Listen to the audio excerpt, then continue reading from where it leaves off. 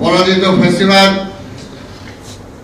কাছাকাছি সীমান্তের ওই পারেই অবস্থান করছে এবং মাঝে মাঝে উঁকি ঝুঁকিও দিচ্ছে, আবার মাঝে মাঝে গণতন্ত্রের কথাও বলছে যে গণতন্ত্রে তারা বিশ্বাসই করে না।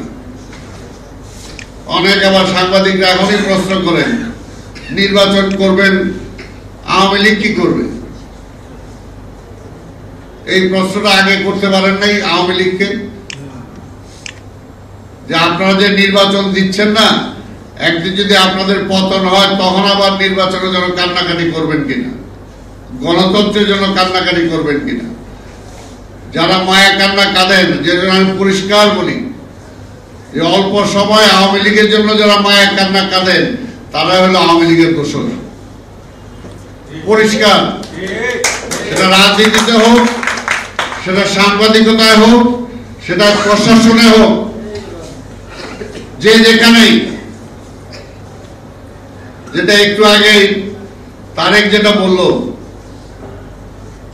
যে তারা সেদিন কয়েকটা আওয়ামী লীগকে ধরে প্রশাসনকে দিয়েছে, কিন্তু তাদেরকে সেই রকম মারা বা হেনস্থা করা হয় নাই। কিন্তু আওয়ামী লীগের হাতে পড়লে আমরা তো দেখেছি কি নৃশংস আওয়ামী লীগ। তবে আমরা জানি আওয়ামী লীগ হলো ক্ষমতায় থাকলেই খুব বলবান, আর বিরোধী দলে থাকলে যতই হম্বি তম্বি করুক আওয়ামী লীগকে খুঁজে পাওয়া যায় না, খুঁজে পাওয়া যায় না। যেখানে আজকে নাই, যতই লাফাক। তাই সে আওয়ামী লীগের ভয় দেখে লাভ নাই। কিন্তু আওয়ামী লীগের দোসর যারা এখনো প্রশাসন সহ বিভিন্ন জায়গায় আছে, যারা আওয়ামী লীগের উচ্ছিষ্ট খেয়েছেন, সেই উচ্ছিষ্ট এখন পর্যন্ত তাদের কাছে আছে জমানো, টাকা পয়সার মালিক হয়েছেন, বিভিন্ন ব্যাংক, বিভিন্ন প্রতিষ্ঠান লুট হয়েছে, সেগুলোর টাকা পয়সা এখনো খুঁজলে তাদের কাছে পাওয়া যায়। আমরা দেখেছি আওয়ামী লীগের দুই একজন নেতা ধরার পরে এখনো তাদের বাড়িতে কোটি কোটি টাকা পাওয়া যায়।